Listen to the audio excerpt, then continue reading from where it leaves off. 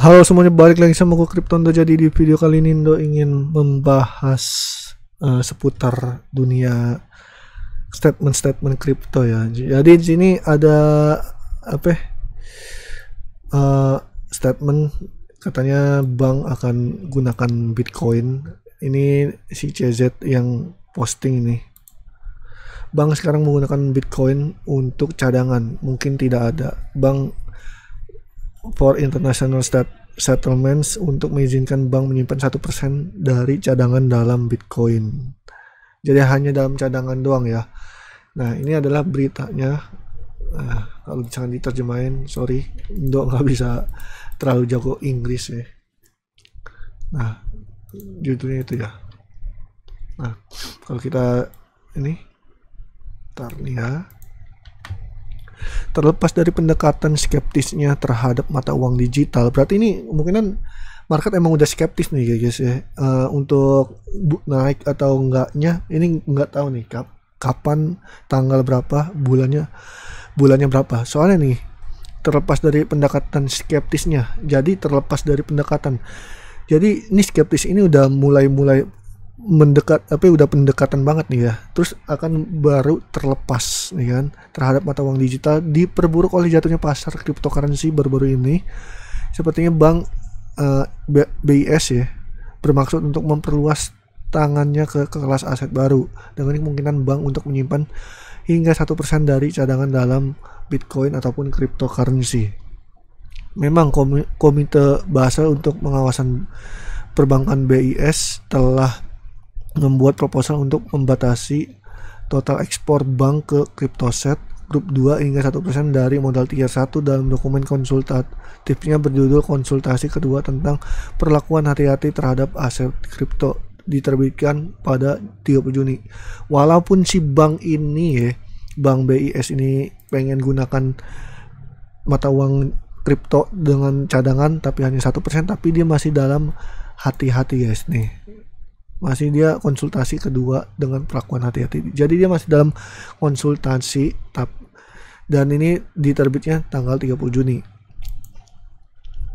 Konsultasi dengan secara hati-hati dalam artian dia masih belum terlalu mau percaya banget dengan aset kripto, karena dari segi buruknya kripto itu emang ada, segi positifnya ada aja.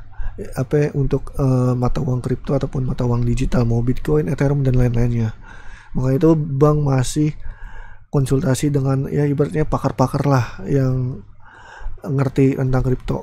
Tapi ini hanya statement bagi Indo ya. Jadi ini kemungkinan hanya dibikin Wells yang karena market kripto lagi skeptis, lagi pada takut karena turun, makanya itu dibuatlah statement seperti ini untuk bisa percaya lagi. Padahal tapi dasarnya itu belum tentu juga bisa sama kayak statement ini guys. Jadi ini hanya statement doang yang ibaratnya dibikin sama Wells ya. Jadi jangan terlalu percaya, jangan terlalu percaya, jangan nggak terlalu percaya aja. Ibaratnya kita netral aja dari statement ini. Nah, aset grup 1 versus grup 2. Secara khusus grup 2 mengacu pada aset yang tidak memenuhi ketentuan klasifikasi dan mencakup aset tradisional dan stablecoin tertentu yang diberi token serta aset kripto yang tidak didukung. Berbeda dengan grup 2, grup 1 mencakup aset tradisional yang diberi token dan stablecoin yang memenuhi persyaratan klasifikasi. Oke. Ini kayak gini nih. Grup 1, ini grup 2 kayak seperti ini guys. Contohnya aja ini ya. According to document. Exposure bank terhadap aset kripto grup 2 akan tunduk pada batas exposure. Bank harus menerapkan batas exposure untuk exposure agregat mereka ke aset kripto. Grup 2 termasuk kepemilikan langsung, tunai dan derivatif, dan kepemilikan tidak langsung yaitu melalui dana investasi, ETF atau ETN kendaraan tujuan khusus. Berarti kemungkinan bakal ada ETF yang disetujui nih guys ya sama bank. Nah, ya ada market tunainya, kayaknya sih tunai ini kayak jatuhnya spot, derivatif ini kayak ETF dan nama future sih. Tapi ini sih future belum nggak disebutkan, kayaknya ETF doang nih guys.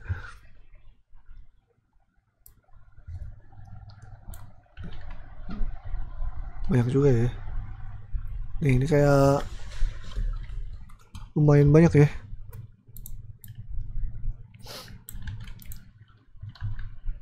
Dokumen tersebut juga menerapkan bahwa total exposure bank terhadap aset kripto grup 2 tidak boleh lebih dari 1% dari modal tier bank setiap aset, sejalan dengan kerangka Basel yang mencakup semua standar BCBS seperti yang dijelaskan. Jadi bank itu tidak mau melebihi 1% dari kita untuk nyimpan aset ya. Jadi lebih dari 1% itu nggak boleh. Jadi harus pas-pas, benar-benar pas 1%. Aturan exposure besar dari kerangka Basel tidak dirancang untuk menangkap exposure besar ke jenis aset, tetapi untuk rekanan individu atau kelompok rekanan yang terhubung. Ini akan menyiratkan misalnya tidak ada batas exposure yang besar pada kripto aset di mana tidak ada rekanan seperti Bitcoin.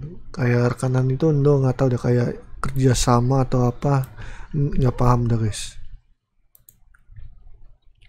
Dengan pemikiran ini, komite mengusulkan oleh karena itu untuk memperkenalkan batas exposure baru untuk semua aset kripto grup 2 di luar aturan exposure sebesar. Sementara itu batas sementara hanya ditetapkan sebesar 1% aja dari modal inti. Ini akan ditinjau secara berkala.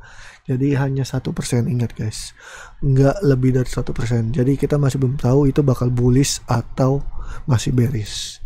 Kalau kita masuk spotnya, nah 4 jamnya lagi hijau. Kalau kita lihat daily-nya masih merah ya.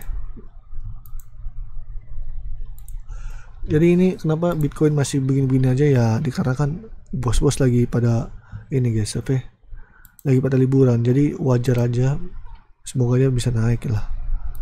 Cuman ini udah di ujung nih ya untuk daily ini, untuk time frame daily Bitcoin. Jadi bos-bos itu lagi liburan musim panas, kalian ibaratnya dibuat sama bos-bos untuk dibuat sangkut dan rugi ya sama bos-bos. Jadi lebih baik mindset kalian ubah, jangan hot tapi mendingan cari profit ya guys ya. Oke, sekian aja itu yang bisa Ando sampaikan. Thank you untuk semuanya. Bye bye, love you and Ando.